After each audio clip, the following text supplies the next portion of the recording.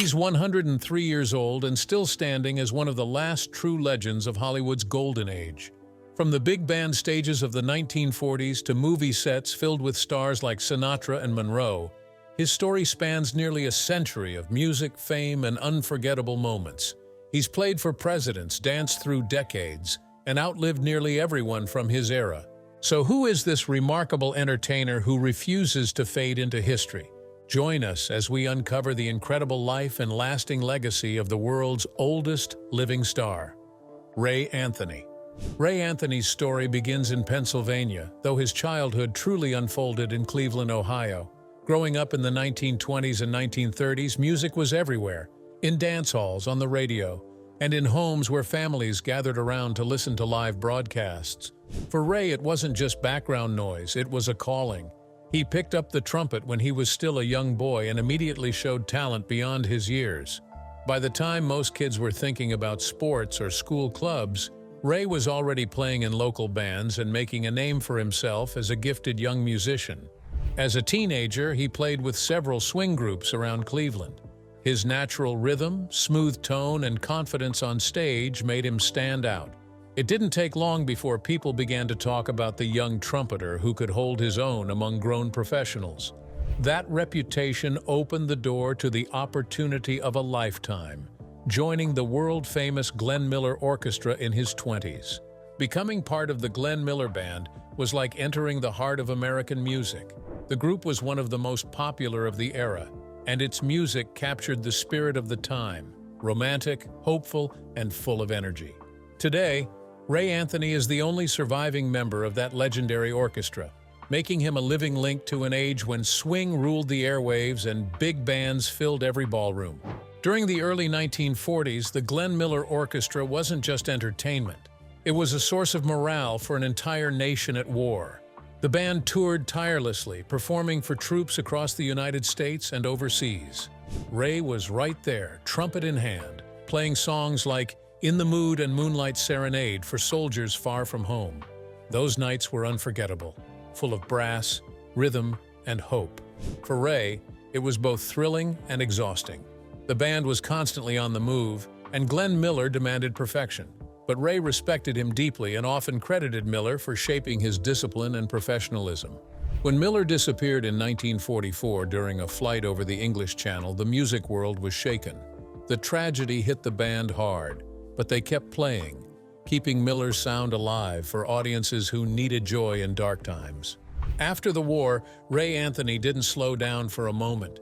He took everything he learned and started his own band, the Ray Anthony Orchestra. It was the perfect mix of smooth melodies and lively rhythm, music made for dancing. His orchestra quickly became one of the biggest names in post-war entertainment. They toured across the country, played in packed ballrooms, and were a constant presence on the radio. Ray wasn't just a performer, he was also a hitmaker. In the early 1950s, his recording of the Dragnet theme became a huge success. The song, with its bold brass and driving beat, connected the traditional big band sound to the new world of television. He followed that with the Peter Gunn theme, another hit that brought his music to a new generation. Through these recordings, Ray helped big band music transition into the modern era, proving it could stay relevant even as pop and rock began to rise. Ray's charm and good looks made him a natural fit for Hollywood. He stepped in front of the camera for roles in movies like Daddy Longlegs alongside Fred Astaire, showing that his talents went beyond the trumpet. Off-screen, he was just as busy, performing at clubs like Ciro's in Los Angeles and the Sands in Las Vegas, entertaining crowds that included some of the biggest stars of the day. He became part of the same lively social circle as Frank Sinatra, Dean Martin, and Marilyn Monroe. Those were glamorous nights filled with music, laughter, and fame. Ray was at the center of it all, playing for the stars and sometimes living like one. In 1955, Ray married actress Mamie Van Doren. The pairing of the smooth bandleader and the bold Hollywood beauty instantly made headlines. They were one of the most talked about couples of the time. Their relationship, however, was as dramatic as it was glamorous. Mamie later said Ray could be controlling, not wanting her to take certain movie roles or make public appearances without his approval. After 6 years of marriage, they divorced in 1961. The tabloids had a field day. Rumors of affairs and jealousy followed Ray for years, but he rarely commented publicly. Instead, he threw himself into his work and kept performing. Beyond fame and scandal, Ray Anthony was a serious musician and businessman. In the 1950s, he launched his own label, Anthony Records, which gave him freedom to release the music he wanted, the way he wanted it. He also brought his orchestra to television with The Ray Anthony Show, one of the first programs to feature live big band performances on TV. Up next, meet another living legend who survived a plane crash and danced her way back to life, Karen Marsh-Doll. Karen Marsh-Doll's life reads like a piece of Hollywood history that never lost its shine. Born in Los Angeles in 1919, she literally grew up in the shadow of the Hollywood sign. As a child, she dreamed of dancing in the movies, watching glamorous stars on the big screen, and promising herself that one day she would be one of them. Her dream came true when she was hired by MGM, the biggest and most powerful studio of the time. Karen started small, appearing in background roles and ensemble dance scenes in the late 1930s and early 1940s. She was young, pretty, and full of energy, the perfect image of Hollywood optimism. Her natural grace made her a favorite among choreographers who were always on the lookout for reliable, talented dancers who could keep up with the demanding schedules of studio musicals. Though she didn't become a household name, she quickly became part of the behind-the-scenes world that kept MGM's productions running smoothly. In those days, MGM was known as the Dream Factory, and Karen was one of the many young performers helping to create those dreams. She learned discipline, timing, and the importance of perfection under hot studio lights. Her smile, charm, and professionalism caught the attention of filmmakers, setting the stage for the role that would make her part of one of the most famous movies ever made. In 1939, Karen Marsh-Doll was chosen for a unique job, standing in for Judy Garland during the filming of The Wizard of Oz.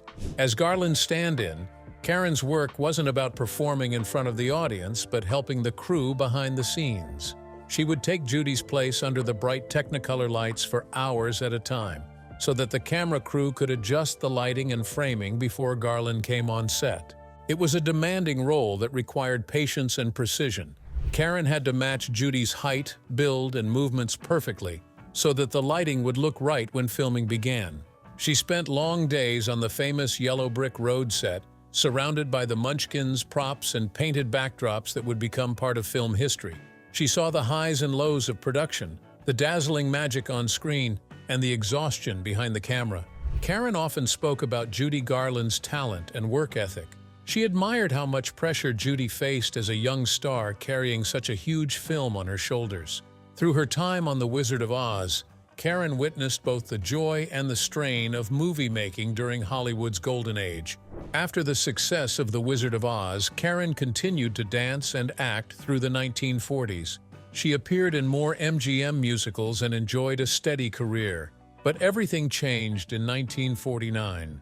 While traveling from Los Angeles to New York for a dance appearance, the plane she was on crashed shortly after takeoff. The impact was devastating.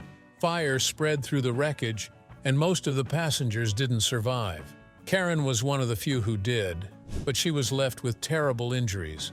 She suffered severe burns and broken bones, and doctors told her she might never walk again, let alone dance. The recovery was long and painful. She underwent 15 surgeries and spent months in hospitals and rehabilitation centers.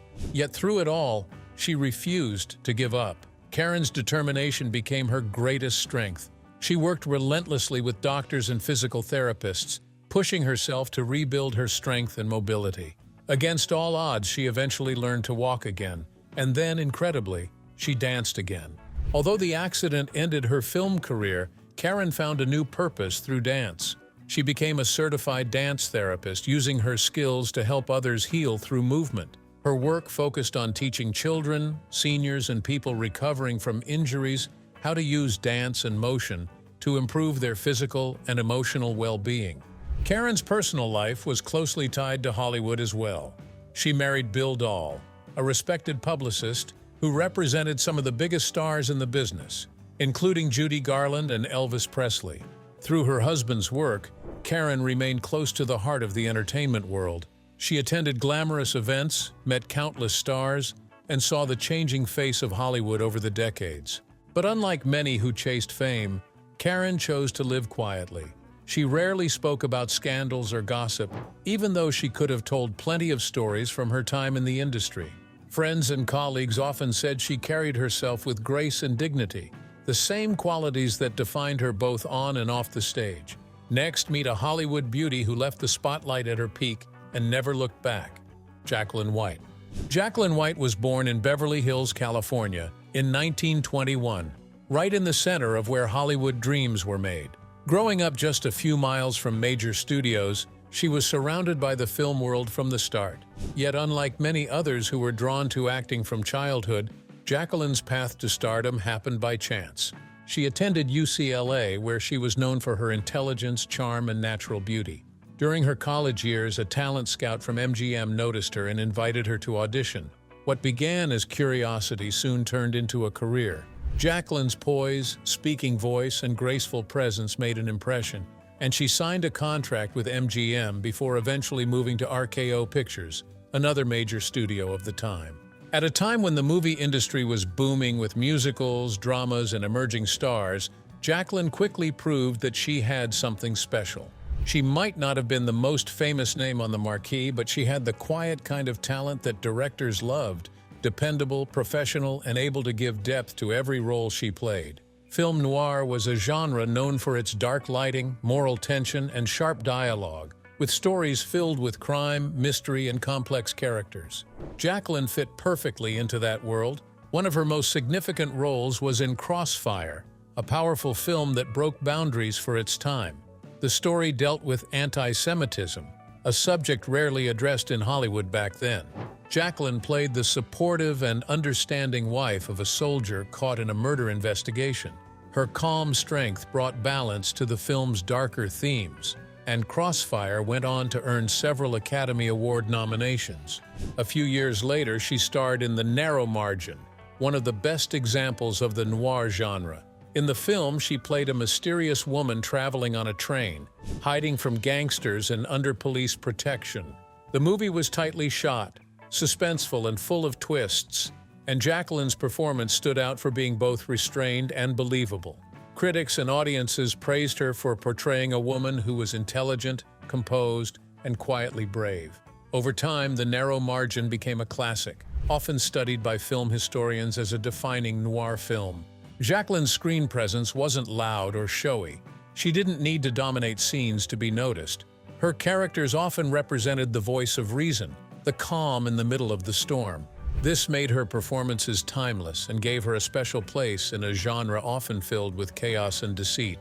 Those who worked with Jacqueline often spoke about her professionalism. Directors liked that she was easy to work with, always on time, and completely prepared. She didn't bring drama to the set, which was rare in Hollywood's fast-paced environment. Her co-stars described her as kind and focused. While others chased fame, Jacqueline focused on doing the work well. She didn't crave the spotlight or make headlines for personal scandals. Instead, she built a solid reputation as an actress who could carry a story with honesty and subtlety. Because of her calm energy, she often played women who represented goodness, strength, and moral clarity. Even when surrounded by darker or troubled characters, Jacqueline's roles gave balance to the films. She was never the bad girl or the gossip magnet. She was the steady presence that kept the audience grounded. By the early 1950s, Jacqueline was at a high point in her career. She was respected in Hollywood and had appeared in more than 20 films. But then she made a surprising choice. She walked away. After marrying Bruce Anderson, a businessman, Jacqueline decided to step away from acting to focus on her family. It wasn't a dramatic exit or a result of losing roles. It was simply her decision. She and Bruce went on to have 5 children, and she built a quiet life far from the movie industry. At 103, Jacqueline remains one of the last living links to the true golden age of Hollywood. Her story reminds us that success doesn't always mean staying in the spotlight. Sometimes the most graceful thing an actor can do is step away while their star still shines. Next, meet a timeless Oscar winner whose grace and talent never faded from the screen: Eva Marie Saint. Eva Marie Saint was born in Newark, New Jersey in 1924. Her path to fame didn't begin with glamorous auditions or studio contracts. It started with her voice. While attending Bowling Green State University, she discovered a love for performing and began acting in small theater productions and radio dramas. Her gentle tone and sincerity made her stand out, and she soon found steady work in live radio plays, which were a major form of entertainment before television became widespread. By the late 1940s, Eva had transitioned to the small screen. She appeared in live television productions such as Kraft Television Theater and the Philco Television Playhouse, performing dramatic roles in front of cameras that captured every pause and expression. Her natural way of acting, quiet, authentic, and full of emotional honesty, caught the attention of producers who were looking for fresh talent. Unlike many actresses of the era who relied on glamour or big personalities, Eva had something different, a calm strength that felt real. That quality would soon make her a movie star. In 1954, Eva made her film debut in On the Waterfront, opposite Marlon Brando. The movie told a powerful story about corruption among dock workers and the struggle to do what's right. Eva played Edie Doyle, a young woman seeking justice for her brother's death. It was her first movie role, and it earned her an Academy Award for Best Supporting Actress. Eva's performance was remarkable because it felt natural and human. She wasn't playing a glamorous starlet. She was playing a real woman who had lost someone she loved. Her quiet strength and emotional honesty balanced Brando's raw intensity. Working with him was both inspiring and challenging. Brando was already famous for his unpredictable method acting, staying in character even when the cameras weren't rolling. Eva later said that while his approach could be overwhelming at times, it also helped her deliver her best work. The tension between them on screen came across as genuine, giving the film much of its power. On the Waterfront became one of the most celebrated films in American cinema. It won 8 Oscars, including Best Picture, and established Eva Marie Saint as one of Hollywood's most promising new talents. She was suddenly a major star, but even with her success, she stayed humble and thoughtful about her work. A few years later, Eva took on another defining role, this time for Alfred Hitchcock. In 1959, she starred opposite Cary Grant in North by Northwest, one of Hitchcock's most popular films. She played Eve Kendall, a mysterious woman caught in a web of espionage, lies, and romance. It was a major change from her earlier roles. Instead of playing the innocent or supportive figure, Eva stepped into the part of a cool, confident woman who knew how to take control of a situation. Hitchcock was known for his fascination with elegant, blonde actresses, women like Grace Kelly and Kim Novak, who projected sophistication and restraint. But Eva brought something new to the role. She had a quiet intelligence and emotional depth that made her character more than just a glamorous mystery. She balanced sensuality with sincerity, showing that a female lead could be strong, clever, and emotionally aware all at once. Behind the scenes, Hitchcock was meticulous and demanding, but Eva handled it with professionalism. She later said that Hitchcock respected her input and trusted her instincts, which wasn't always common for actresses at the time. Her performance helped make North by Northwest one of the most beloved thrillers of all time. While her film career continued with steady success, Eva's personal life remained refreshingly normal for Hollywood. In 1951, she married television director Jeffrey Hayden, and their marriage lasted an incredible 65 years, until his death in 2016. They raised 2 children and built a life that balanced fame with family. At 101, Eva represents the very best of old Hollywood: talent without arrogance, beauty without scandal, and fame without chaos. Her life and career are a reminder that grace can last longer than gossip ever will. June Lockhart. June Lockhart was born in New York City in 1925 into a family that practically lived on stage. Her parents, Jean and Kathleen Lockhart, were both respected actors with long careers in film and theater. Growing up surrounded by scripts, costumes, and rehearsals, June's path to acting seemed natural from the start. She made her screen debut at just 8 years old in the 1938 version of A Christmas Carol, appearing alongside both her parents. It was a small role, but it marked the beginning of a career that would span nearly a century. June's childhood was filled with creative energy. She spent time visiting movie sets, watching her parents perform, and learning how the industry worked. By her teenage years, she already understood the discipline and dedication it took to succeed in Hollywood. Her early experiences gave her an advantage when she started taking on more significant roles. She wasn't intimidated by cameras or directors. She knew her craft, worked hard, and quickly earned a reputation as a talented young performer who could bring warmth and sincerity to any role. June's career reached a turning point in the 1950s with her role on the hit television series Lassie. She joined the show in 1958, playing Ruth Martin, the kind and capable mother of young Timmy, played by John Provost. Her character became one of the most recognizable and beloved mothers on television. As Ruth Martin, June represented a kind of steady goodness that audiences connected with deeply. She was gentle but firm, always calm, and always there to guide her son and comfort the loyal collie Lassie. Viewers saw in her the perfect TV mom, understanding, patient, and strong. The show ran for years and became a classic of American television, with June's performance helping to anchor its emotional core. But June wasn't content to stay in one type of role. In 1965, she took on a completely different kind of mother in Lost in Space. This time, she played Dr. Maureen Robinson, the mother of a family of space explorers stranded on a distant planet. The show mixed science fiction adventure with family drama and became a cult favorite. As Maureen Robinson, June was much more than just the homemaker of the group. She was a scientist, a thinker, and an essential part of the crew. At a time when women on television were often portrayed as background figures, her character stood out as intelligent and capable. Fans admired her for breaking the mold and giving young viewers, especially girls, a strong female role model on television. In her personal life, June experienced her share of ups and downs. She married twice, first to architect John Lindsay, with whom she had 2 daughters, and later to John Maloney. Both marriages ended in divorce.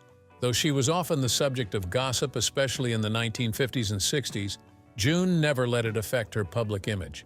Now, at 100 years old, June Lockhart continues to represent the best of classic television, poised, sharp, and endlessly gracious. Her sense of humor remains intact, and she often delights fans with stories from the sets of Lassie and Lost in Space. Dick Van Dyke. Few entertainers have brought as much warmth and laughter to audiences as Dick Van Dyke. Born in Missouri in 1925, he started out in small radio and stage shows before finding his way to television, the medium that would make him a household name. His big break came in 1961 when he was cast as Rob Petrie, the lovable television writer on The Dick Van Dyke Show. The series was created by Carl Reiner and quickly became one of the most celebrated sitcoms of all time. Van Dyke's mix of physical comedy, sharp timing, and natural charm made him a perfect fit.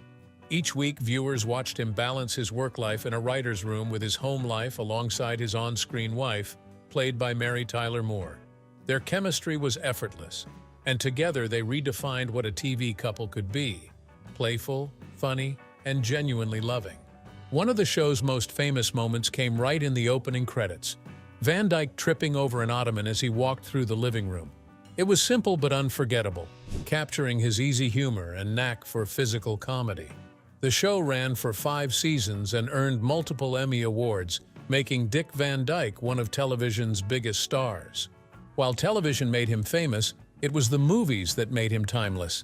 In 1964, Dick Van Dyke starred as Bert, the cheerful chimney sweep in Mary Poppins.